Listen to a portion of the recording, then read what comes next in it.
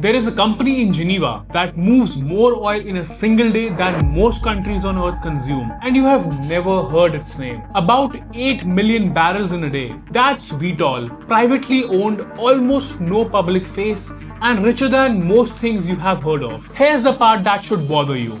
The worse the world gets, wars, sanctions, a price crash, a shortage, the more these firms make. In 2022, while you were paying more at the pump, they were posting the best years in their history. 3 names sit at the center of it: Vitol, Glencore, Trafigura. And they all run on one uncomfortable rule. When the world breaks, somebody gets paid, and it's almost never you.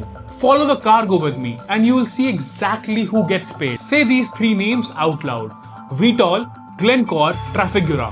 Most people can't tell you what a single one of them does. Now compare that to how big they are. Vitol is a private firm based in Geneva that trades on the order of 8 million barrels of oil in a day.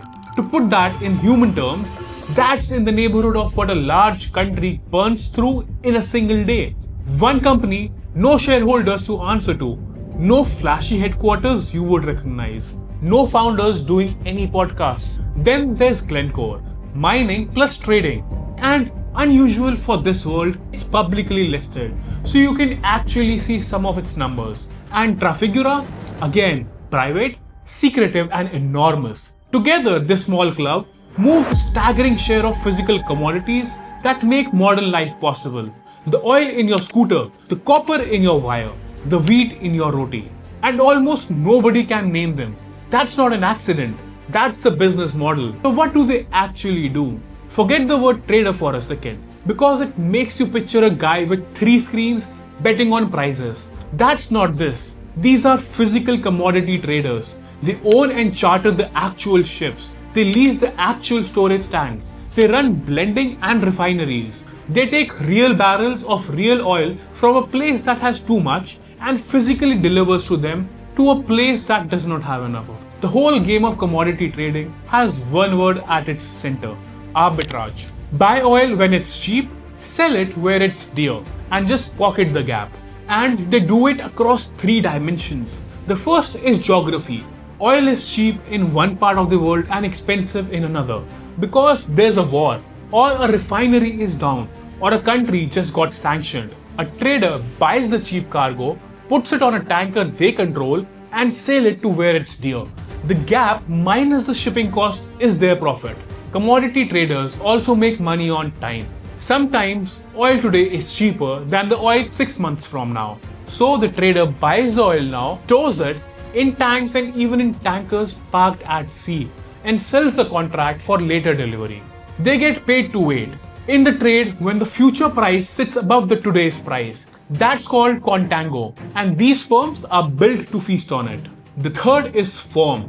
Taking a crude grade or a raw metal and blending or processing it into something worth more. That's a different gap but same idea. So here's the one sentence to hold on to for the rest of this video.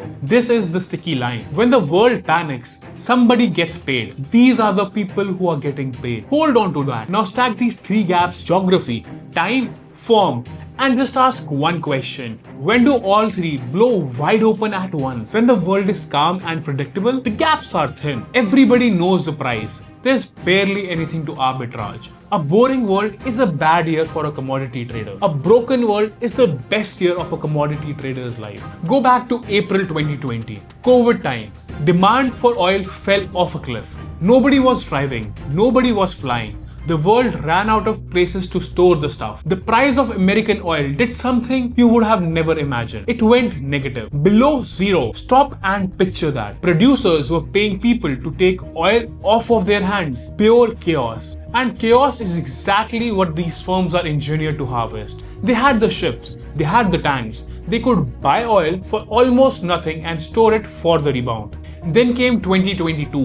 Russia invades Ukraine. Sanctions on countries, pipeline in question. Suddenly, every cargo of oil and gas had to be physically rerouted across the planet. The commodity traders that owned the ships and knew the new map made a fortune doing the rerouting. Across the sector, the big oil traders posted record profits. Vitol alone cleared around $15 billion that year. Trafigura around $7 billion. Stack the big traders together and it's tens of billions of dollars. The best year the industry had ever seen. Let that sit for a second. The year your energy got more expensive was the year they made the most money in their entire history. This is not a coincidence. This is the machine working exactly as designed. But here's where it stops being someone else's story. You might think this is a story about Geneva and London and faraway ships. It lands directly on you, and here's exactly how. India imports nearly 90% of the crude oil it uses. Close to 89 paisa of every rupee's worth of barrel comes from abroad. We don't produce nearly enough at home. So almost every liter of petrol and diesel you buy, that someone, somewhere, bought, shipped and sold into the chain that ends at an Indian refinery and then your local pump. And these traders sit inside that chain. They're a part of what decides which cargo lands on which Indian port, at what price and at what time. When you grumble that petrol crossed 100 rupees a liter, part of that number is a raw oil. And woven through is the cost of getting the physical barrel from a hole in ground halfway across the world to you. Some of that journey is run exactly by these firms. The same logic runs through your petrol, your cooking oil, the metal in your wiring, the grain in your kitchen. There is a quiet commodity trading middleman in an enormous amount of what you buy. You never see these traders. You never get a bill from them, but you pay them anyways, folded into the final price. That's the uncomfortable thing. You can boycott a brand, you can switch a phone, you cannot opt out of the people who move the physical world. Now the part they would rather you did not dwell on. For firms this large, they are extraordinarily quiet. And that, it turns out, is not a small detail. Mostly private, no quarterly circus, light public profile, by choice. And when you stay invisible, while sitting on the choke point of the global economy, scrutiny eventually finds you. Over the years, the commodity trading sector has faced serious allegations, and in several cases, they actually paid up. These aren't vague rumors. They are matters the firm settled or pleaded guilty to. Glencore pleaded guilty in 2022 to bribery and market manipulation and paid more than $1.1 billion across US, UK and Brazil. Vitol settled a foreign bribery case in 2020 for around $135 million over bribes to officials in Brazil, Ecuador and Mexico. Trafigura pleaded guilty in 2024 to bribing officials at Brazil's state oil company and paid over $126 million.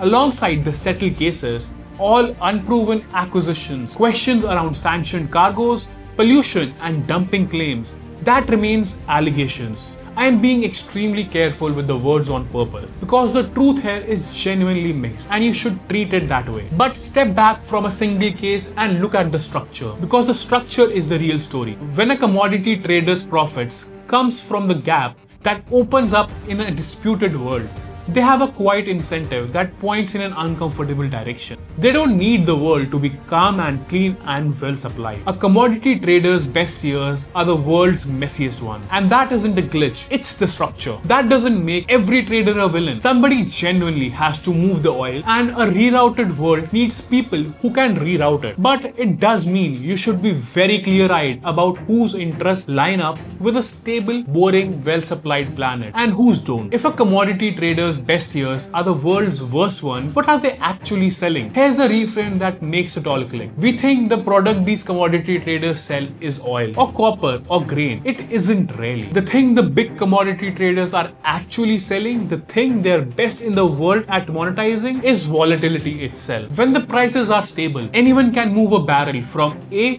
to B for a thin, boring margin. When prices are violent, when there's a war, a crash, a shortage or a sanction, the gaps explode. The maps get redrawn overnight, and the only people who own the ship and the tanks and the relationships can move fast enough to capture it. The disruption is not a risk they survive. The disruption is the thing they sell. So the next time the news screams crisis, a pipeline, a blockade, a shock, you'll know there's a quiet layer underneath. While most of the world is bracing for the hit, a small number of firms are doing the math on the gap that just opened. Not because they're evil, because that's the machine, and the machine never sleeps. One small habit will change how you read the news forever. The next time you overpay for something, petrol that crossed 100 rupees a liter, cooking oil that jumped, vegetables that doubled after a bad week, don't just feel this thing. Ask the question almost nobody asks. who profits when this breaks? Because almost every price you pay has a hidden middleman in it. Someone who moved the thing, someone who stored it,